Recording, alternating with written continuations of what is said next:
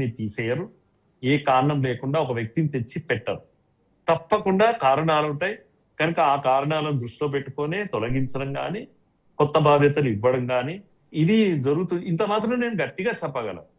సంజయ్ గారి కామెంట్ మీద నేను చెప్పలేను కానీ, బట్ ఇప్పటికైనా వీళ్ళని పని చేయనియండి, అంటే కంప్లైంట్లు చేయకండి అని. అంటే కంప్లైంట్ చేస్తే ఏమైనా అవుతుందా అంటే ఈ పార్టీలో ఏం కాదు. కంప్లైంట్ చేయనీకి అసలు బట్ సార్ ఒకవేళ స్కోపే ఉండదు. బీజేపీ తీసుకొస్తున్నటువంటి కామెంట్ ఏంటంటే బలమైనటువంటి మాటలతో వస్తోంది. సో ఢిల్లీ తర్వాత పశ్చిమ బెంగాల్ తర్వాత ఇప్పుడు రేపు పొద్దున తెలంగాణకు రాబోతున్నాం, తెలంగాణలో అధికారం చేపట్టబోతున్నాం అని చెప్పేసి.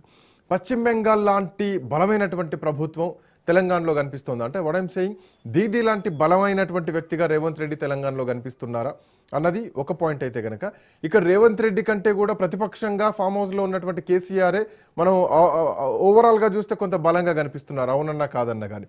సరే పొద్దున భారతీయ జనతా పార్టీ రంగంలోకి దిగితే అటు కేసీఆర్ని ఢీకొట్టడానికి ప్రయత్నం చేస్తుందా, లేదంటే అధికార పార్టీనే ఎక్కువ ప్రయారిటీ ఇస్తుందా? ఎందుకంటే రేపు కేసీఆర్ భూమి వేరే లెవెల్లో వచ్చేటువంటి అవకాశం కూడా కనిపిస్తోంది. కేసీఆర్ ను తీసి పక్కకు పడేయాలి, కొత్త పార్టీని తీసుకురావాలి అని ప్రజలు అనుకున్నప్పుడు రేవంత్ రెడ్డిని ఎందుకు తీసుకున్నారు, సెలెక్ట్ చేసుకున్నారు అంటే చాలా గొప్పోడు కేసీఆర్ కన్నా, కనుక ఈయన వస్తే గొప్ప పాలన అందించగలరు, తెలంగాణ ఆస్పిరేషన్స్ నెరవేరుతాయి అని ఓటేయలేదు. ముందు ఈయన వెళ్ళిపోవాలి అని ఈయన ఓటేశారు. ఈయనకి ఎందుకు వేశారంటే వీళ్ళు రెడీగా ఉన్నారు, కాంగ్రెస్ రెడీగా ఉంది, వాళ్ళకి అన్ని నియోజకవర్గాల్లో మనుషులు ఉన్నారు.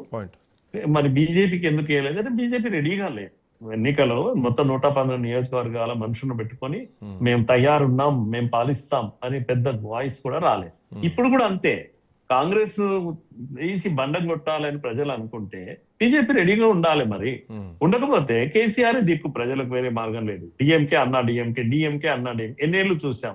ఎందుకు ఇప్పుడు మరి కొత్తగా విజయ్ పార్టీ వచ్చేసింది అంటే ఎప్పుడైతే ప్రజలకు ఆప్షన్ ఉంటే రెడీగా ఉంటారు ప్రజలు వేయడానికి. మీరు ఆప్షన్ గా నిలబడకపోతే మిమ్మల్ని ఎవరు ఆదుకోలేరు. ఇక్కడ కూడా బీజేపీ పరిస్థితి కూడా అంతే. బట్ సార్ ఒకవైపు కాంగ్రెస్ పార్టీ అధికారంలో ఉంది, కాంగ్రెస్ లో కూడా బలమైనటువంటి నాయకులు ఉన్నారు. బీఆర్ఎస్ పార్టీ ఆల్రెడీ 10 ఏళ్ళు పరిపాలించినటువంటి పార్టీ.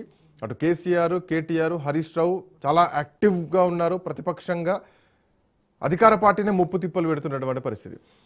ఒక పశ్చిమ బెంగాల్ లాంటి రాష్ట్రంలోనే భారతీయ జనతా పార్టీ అధికారంలోకి రావడానికి సగం 5 సంవత్సరాలు కష్టపడితే ఉత్తర ప్రాంతానికి, 5 సంవత్సరాలు కష్టపడితే దక్షిణ ప్రాంతానికి, రెండు కలిపి రావడానికి 10 ఏళ్ళు పట్టింది.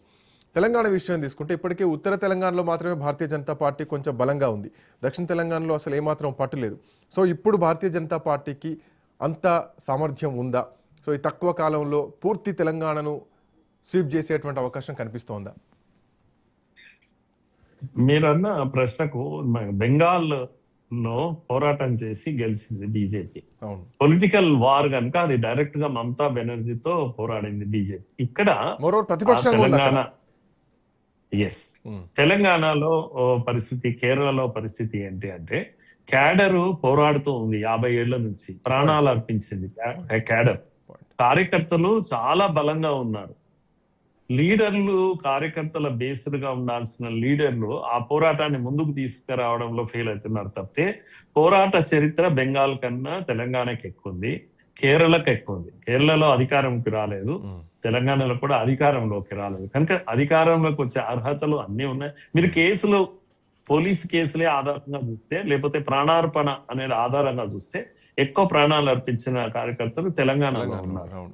కేసులు కూడా ఇక్కడే ఉన్నాయి. ఈవెన్ తెలంగాణ పోరాటంలో కూడా వందల కేసులు పెట్టుకున్న కార్యకర్తలు ఇక్కడ ఉన్నారు. కార్యకర్తలు పోరాడి పొలం దున్ని పెట్టారు. విత్తనాలు వేసుకోవడానికి ఓపిక ఉండాలి లీడర్లకు, అంతే ఇప్పుడు కావాల్సింది. కనుక బెంగాల్లోనేమో డైరెక్ట్ పొలిటికల్ వార్ చేశారు, ఇక్కడ ఐడియాలజికల్ వార్ చేశారు. ఇక్కడ నక్సలిజం ఖతమైపోయిందండి. ఊరికే అమిత్ షా అనుకుంటే ఖతం కాలేదు. ఇక్కడ ఎంతో సైద్ధాంతిక పోరాటం ఇక్కడ తెలంగాణలో చేశారు. కనుక లీడర్స్ కనుక ప్రాపర్ గా లీడర్షిప్ ఇవ్వగలిగితే ఇది పెద్ద విషయం కాదండి. రెడీగా ఉన్నారు ప్రజలు, ఎప్పుడెప్పుడు బీజేపీకి వేద్దామా అని రెడీగా ఉన్నారు. ఆల్రెడీ గతంలో ఒకసారి ఆలోచన చేశారు, కానీ అప్పుడే ప్రజలు బీజేపీ వైపు చూసినప్పుడు బీజేపీ దిక్కులు చూసినటువంటి ఎపిసోడ్ కూడా తెలంగాణలో ఉంది కేసీఆర్ అధికారంలో ఉన్నప్పుడు.